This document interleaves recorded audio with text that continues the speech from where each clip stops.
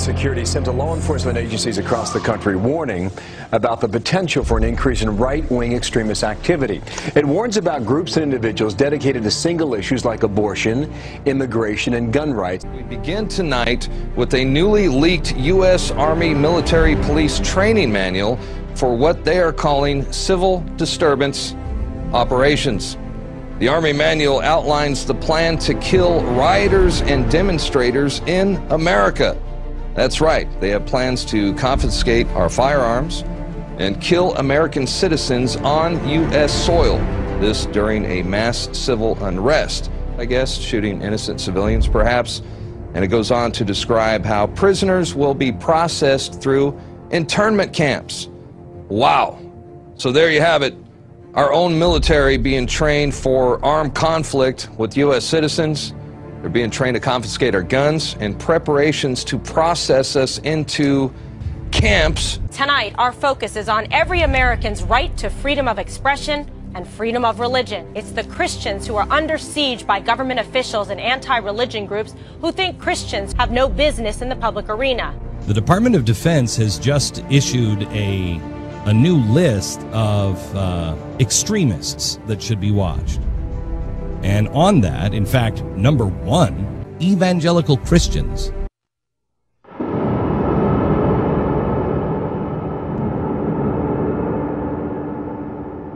And I heard, as it were, the noise of thunder.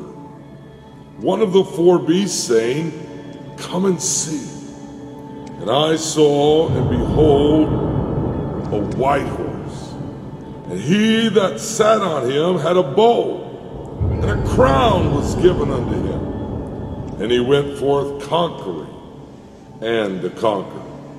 And when he opened the second seal, I heard the second beast say, "Come and see." There went out another horse that was red, and power was given unto him that sat thereon to take peace from the earth, and that they should kill one another, and there was given unto him a great sword. And when he had opened the third seal, I heard the third beast say, "Come and see." And I beheld, and lo, a black horse. He that sat on him had a pair of balances in his hand.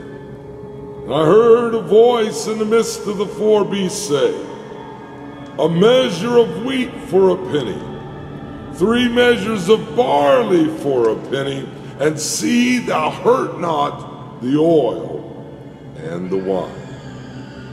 And when he opened the fourth seal, I heard the voice of the fourth beast say, "Come and see." And I looked, and behold, a pale horse. His name that sat on him was Death, and hell followed with him, and power was given unto them over the fourth part of the earth, to kill with the sword, and with hunger, and with death, and with the beast of the earth. And when he opened the fifth seal, I saw under the altar the souls of them that were slain for the word of God and for the testimony which they held. And they cried with a loud voice, saying, "O Lord, how long, O Lord? Holy and true, dost thou not judge and avenge our blood on them that dwell on the earth?" And white robes were given unto every one of them, and it was said unto them that they should rest yet a little season, until their fellow servants also and their brethren that should be killed as they were should be fulfilled.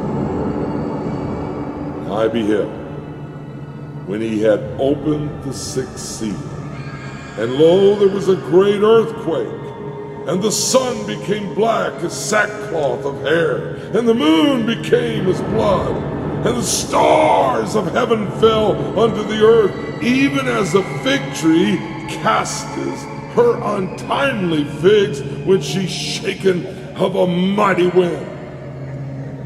And the heaven departed as a scroll when it is rolled together, and every mountain and island were moved out of their place. And the kings of the earth, and the great men, and the rich men, and the chief captains, and the mighty men, and every bondman, and every free man hid themselves in the dens and in the rocks of the mountains, and said to the mountains and the rocks, fall on us, and hide us from the face of him that sitteth on the throne, from the wrath of the Lamb. For the great day of his wrath is come, and who shall be able to stand? All four horsemen of the apocalypse, they are galloping right now on the planet.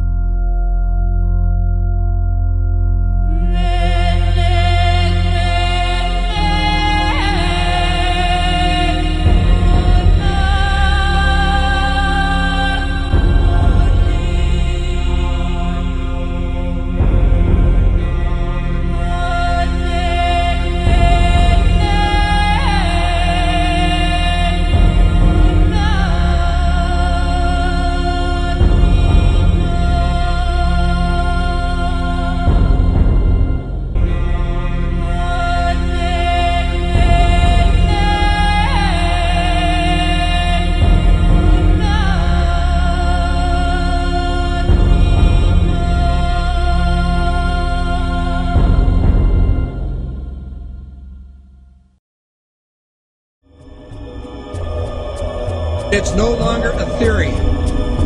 What I'm about to say is fact.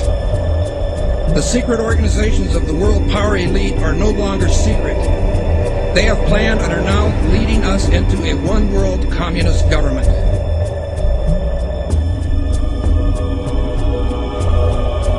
Christians are under siege by government officials and anti-religion groups who think Christians have no business in the public arena.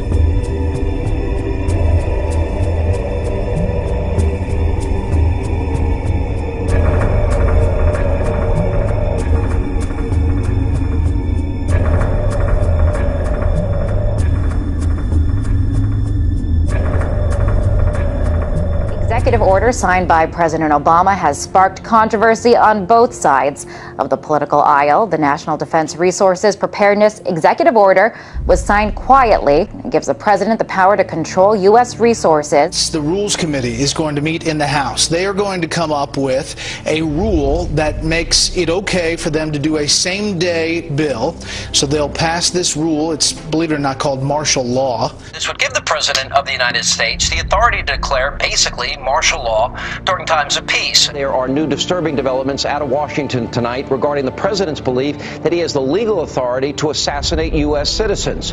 Incredibly enough, it appears that our commander-in-chief actually believes that authority exists not only on foreign soil, but right here on American soil as well. But Senators McCain and Levin have added this legislation which would authorize the president to declare the entire United States of America, all 50 states and all territories, to be a battlefield. War on terror is different. And that would authorize him to use commander-in-chief authority in the United States, to use the military to arrest people in the United States who, in the president's opinion, are enemies of the country.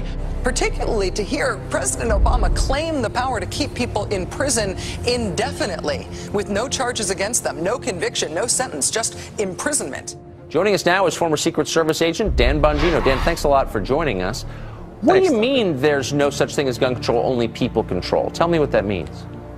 Tucker, this is larger ideological ploy by this administration. They're not being authentic with America, whether it's the sequester, healthcare, or the gun control issue. What they do is they manipulate an emotional crisis, a national emotional crisis, to further an ideological agenda which involves the evaporation, the slow disintegration of your civil rights, your liberties, your ability to live and let live. And it's a disturbing pattern that, frankly, is really starting to get under my skin. The US is funneling money into tracking systems that are threatening to make the very concept of privacy a thing of the past. It could mean people's every move being used against them to keep them under surveillance.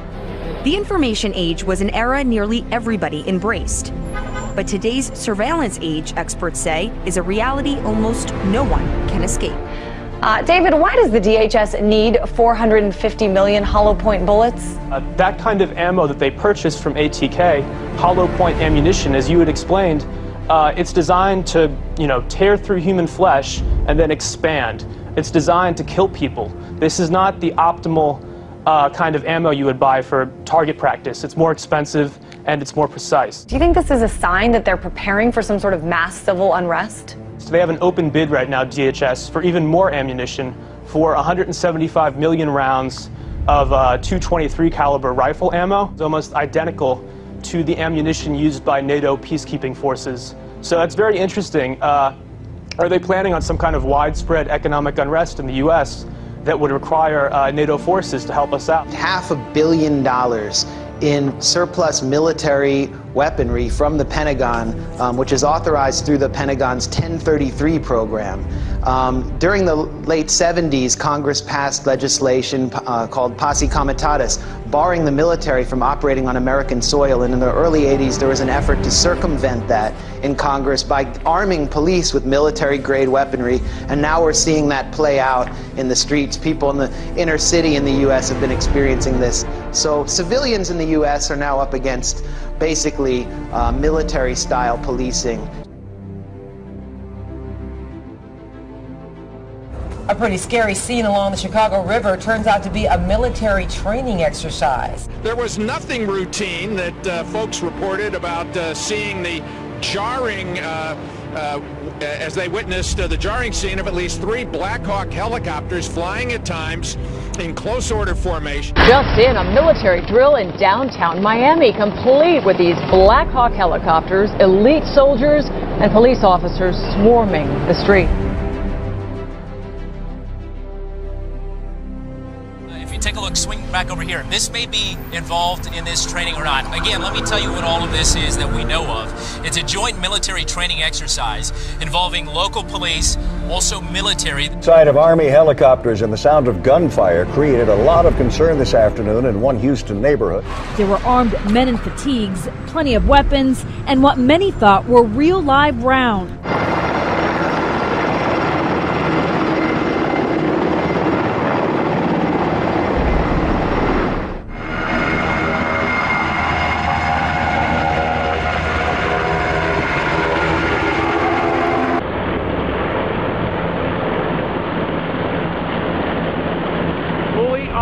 Black Hawk, I told you they were coming. There's no lights on them.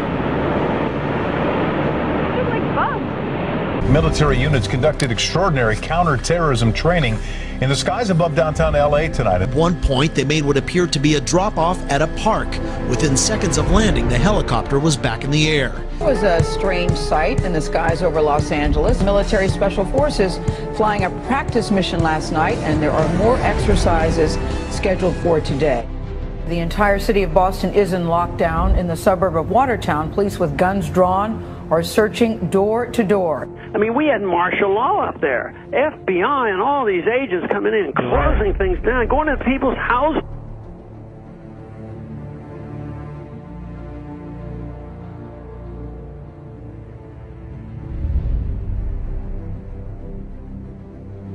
Mr. President, I do want to get right to the news of this week. Sure. The terrorism in Boston. Yeah.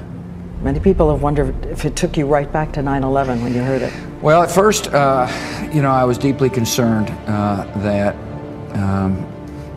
there might have been a organized plot. I don't know all the facts. I don't think we all know all the facts, but I was deeply concerned that this could have been, another.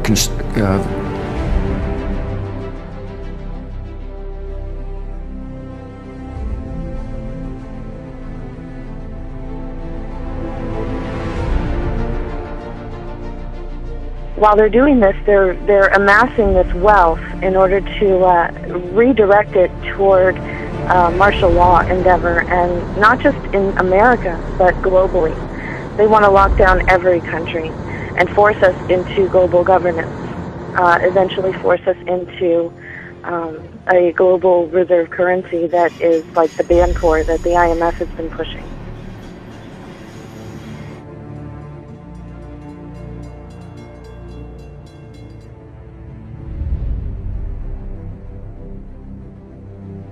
And those people who have been yelling, "Oh, the UN's going to take over global Conspiracy government," theorists. they've been crazy, but now they're right. Yeah, well, when It's happening. When Geithner said he would be open to the idea of a global currency last week, those conspiracy people had said and suggested that for years. You're not wrong. And when massive foreign trade deals are made, they are done in U.S. dollars, which serves as the world's reserve currency. Now the UN is backing a plan to change all of that and create a new global currency. There is a global meltdown coming. It is a global depression, and one world currency and one world financial system is the end game. China said last week they want one global currency. France said yesterday or the day before that they want one world order, a new world order, at the end of this event. U.S. State Department, the Federal Reserve, even the EPA are sending billions of dollars overseas, and many economic and political decisions made in the United States just don't benefit us. They benefit a one-world government. Because of the programs like this and just the fiscal conditions that we're in, it feels like there's a greater sense of urgency to get to that one-world government. Do you feel like Obama may actually be hitting the gas rather than the brake pedal when it comes to this? To answer your question, absolutely. I think Obama's got his foot on the gas pedal and is going full speed ahead with taking us towards a global government. Oil looks higher, gold looks higher, currencies look weaker, all for the reasons that we talked about before. I mean, you've got huge wage disparities. I don't know how that inevitably resolves itself. It may resolve itself in some type of a global currency crisis. And then if the global currency crisis unfolds, then inevitably you get, I guess, an alignment under a global world government, a new global currency, and a new world order. If the feds do not stop the wild spending and do not reform Medicare and Social Security, the U.S. dollar will collapse. That means that all of our savings, all of our investments, our homes, and everything else will blow up before our eyes.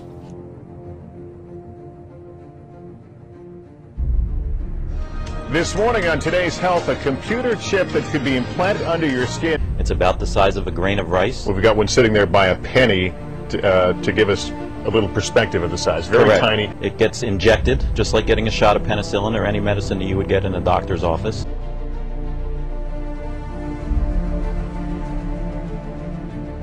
The ultimate goal that these people have in mind is the goal to create a one world government run by the banking industry, run by the bankers. The whole agenda is to create a one world government where everybody has an RFID chip implanted in them.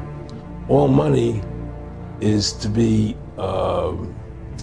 in those chips, right? There'll be no more cash. If you're like me or you, and you're protesting what they're doing, they can just turn off your chip, and you have nothing. You can't buy food, you can't do anything. It's total control of the people. And that chip's connected to a database that has your purchasing records, what you do, what everything, you sell. Everything is in there, you know? And so they want a one world government controlled by them, everybody being chipped, all your money in those chips, and they control the chips, and they control people, and you become a slave.